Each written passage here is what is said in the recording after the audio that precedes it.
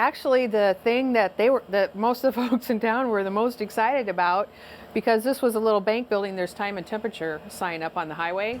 And they were so excited when they found out we bought this, and the biggest question was, are you going to turn the time and temperature back on? Which has nothing to do with what we have in this store. So Albion's a little farming community, made up mostly of retired folks or young families. It's not a dying community, but we don't have a school here anymore, so we have very few places to shop here, just a handful. I mean, there's a quick shop and a post office and a fire station and a tavern and me.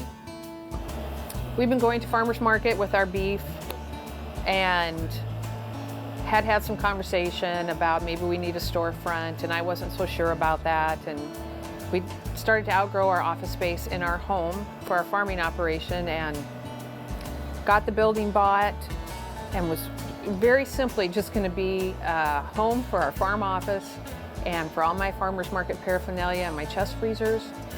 And I wasn't so sure that I wanted it to be a store. In fact, I was positive I did not want it to be a store. A friend of mine that's a Des Moines farmers market vendor, she thought it might be a really good place to have a local foods market, if you will, with local vendors.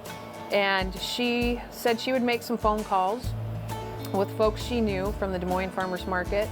And about 3 or 4 days later, she called back and had 5 or 6 vendors that were interested in having product in this little store, and ended up painting and buying some furniture and some display freezers and coolers and shelving, and I have about 20 vendors in here now. You know, there's a whole group of people out there that are very concerned about their food, where their food comes from, how it was produced or raised. In the case of livestock, what it's fed, how it's treated. And so capturing that market, it's been a goal. It's afforded me an opportunity to do some education, especially in regards to raising cattle and what cattle eat and how cattle are treated.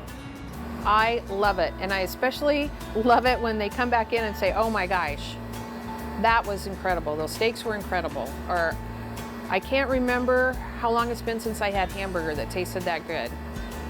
That makes it worthwhile when people come in and just say how really, really, really good it is, and that's the best part, really.